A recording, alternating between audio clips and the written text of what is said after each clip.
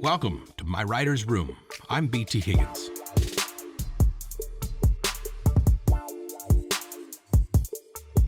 Hello. Welcome. This is lesson 4.1.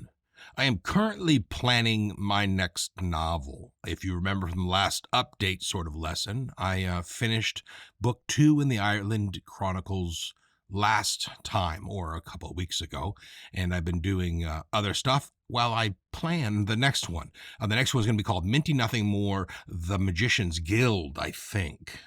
Tentative working title there.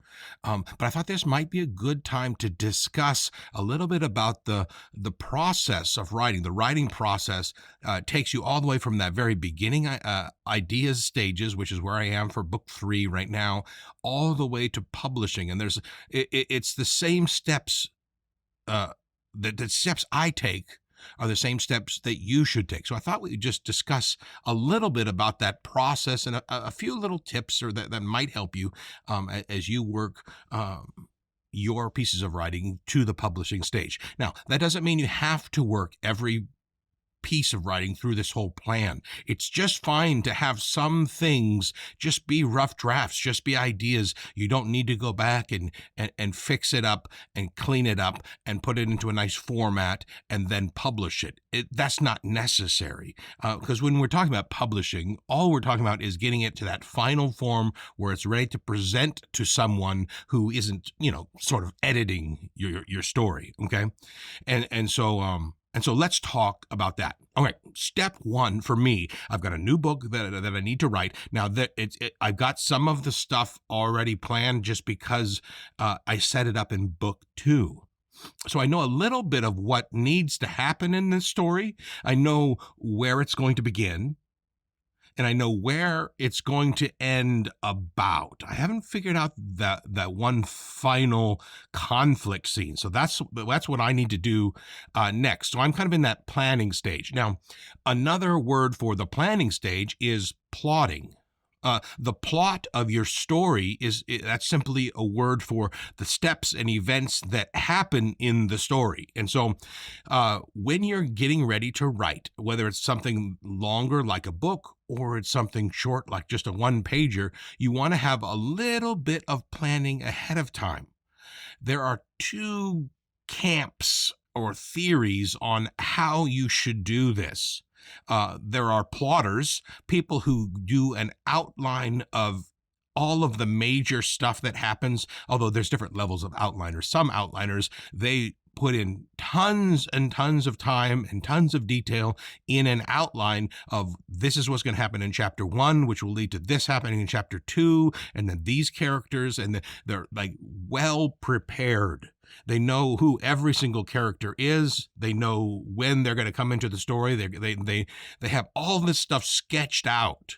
And this outlining method, this plotting method is all done before you actually write word 1. This is a good method for you to use if you are someone who's doing a story in a complicated world with lots of characters where it all needs to be neat. By being planned out first, you kind of already know the flow. You know how you've already kind of gotten rid of the boring middle where you kind of lose track of what you're going to be doing if you don't have a plan. And then all you have to do is sit down and write it.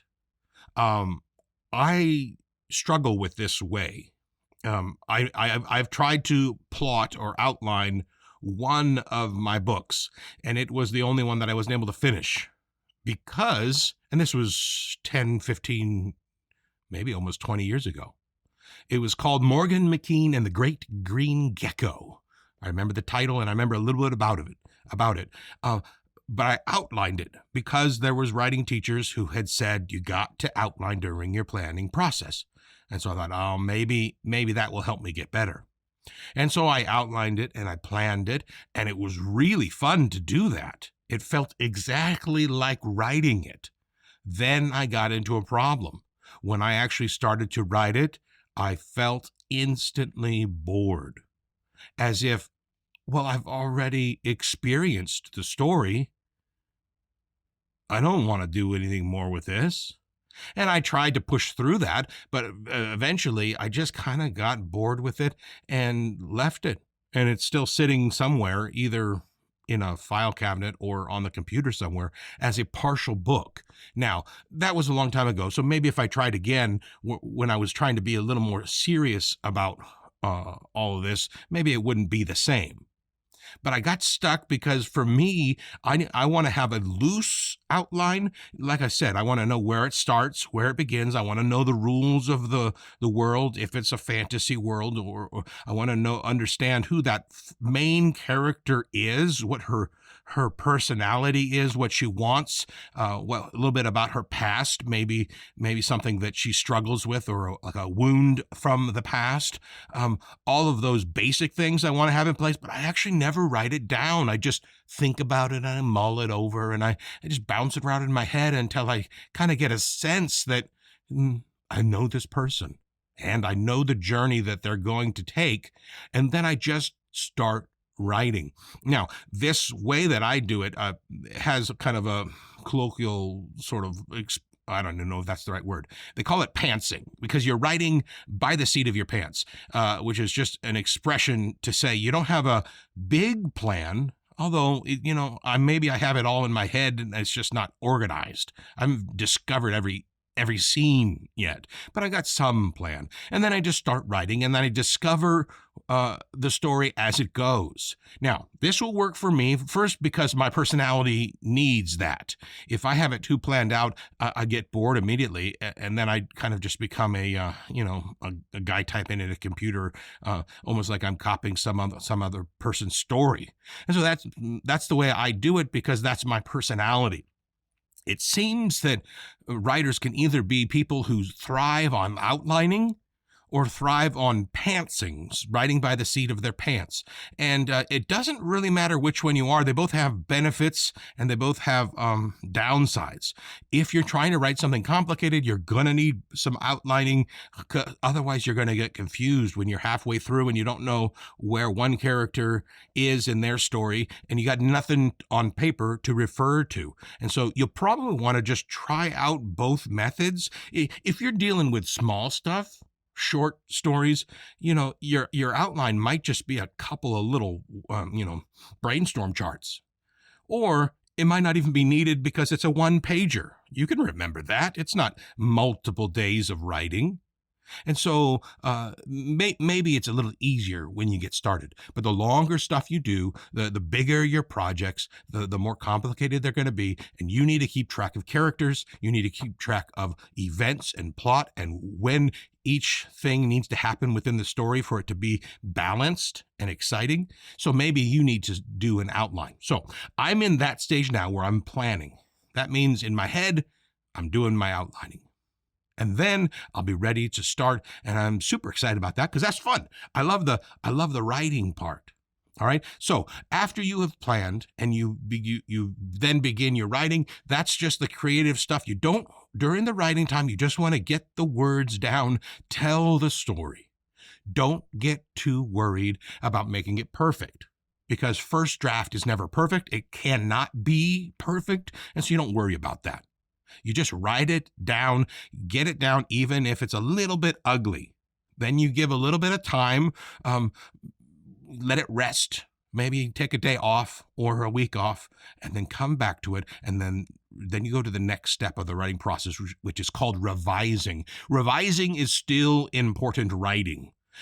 Revising is checking to make sure everything makes sense, make sure things are described well enough, or making sure things aren't described too well. In other words, you don't want just a book where you describe everything. You want the action. You want it to be balanced between action, description, dialogue, all of the different elements. And so in the revising stage, you're going back and saying, ooh, that part works really well, but this part here is a little bit boring. And you say, how can I change it? And maybe take away that sentence. We'll add in a little bit here. It's a very creative, very interesting part because in the revising, your piece of writing goes from a blah piece of writing, which you have great hopes for, and becomes that piece of writing that lives up to your hopes.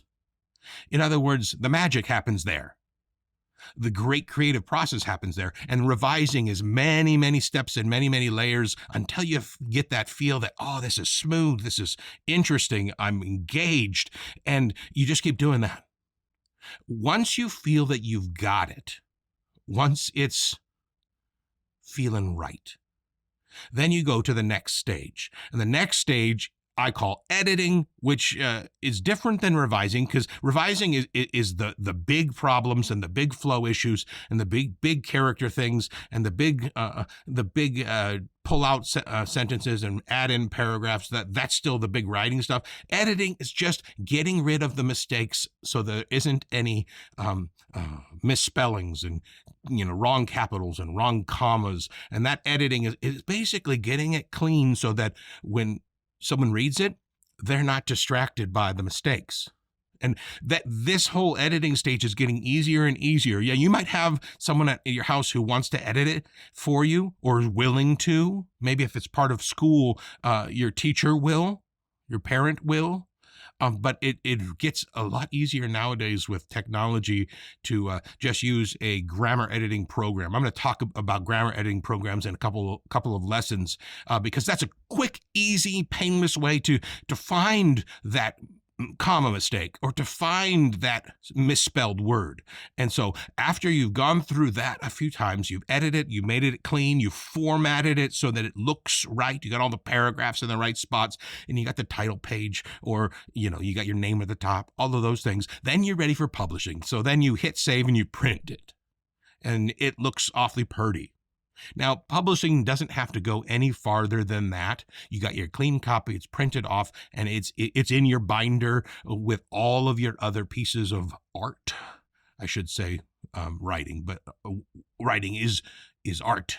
And so then you collect it like a portfolio. Or if you want to, if you're at that stage, you can also publish it online and put it up for sale. And that's a whole nother level of publishing that you can get to if you want to. It's not necessary. There's a lot of extra stuff you have to learn for that. But I'll teach you how to do all that. That's all possible. Basically, publishing is just that final stage where you finally say, this one's ready, and you kind of release it out to the world for people to enjoy. Okay, those are the steps, and you're going to go through those steps with every single piece of writing that you want to take to that level. The ones when it's just like a one-page writing prompt, like say from the little brochure, the booklet that I put out with these lessons, and you're just doing a one-page free write thing, it never has to go that far. It doesn't have to go through all the steps. It might just go through the first writing thing, maybe a little revising, or maybe just the first writing thing. Just a little practice for the day, and that's just fine. But when you want to take it to its best level, you got to go through those steps, spend a lot of time on revising because that's where the magic happens. Okay, so that's the process I use. I hope that helps you understand some of the options for the process you can use. It's you're in the driver's seat on this, but I'm sure that your teacher is going to have you take some of your pieces of writing to this published final stage. And so I want you to know how to do it and that it's doable. You don't have to get overwhelmed. One key piece, don't fix all of your periods and your commas and your editing stuff until the very last stage. Just don't even worry about them until then. They can kind of get stressful if you're at the very beginning trying to fix your editing mistakes at the same time as when you're trying to craft your story. Just ignore the mistakes until the last stage. Then you'll get them. You'll clean them up then. But you don't need to worry about them when you're trying to be creative, when you're trying to craft a story that's interesting. Okay? If you separate that out, it'll get rid of some frustration. Okay, have fun writing.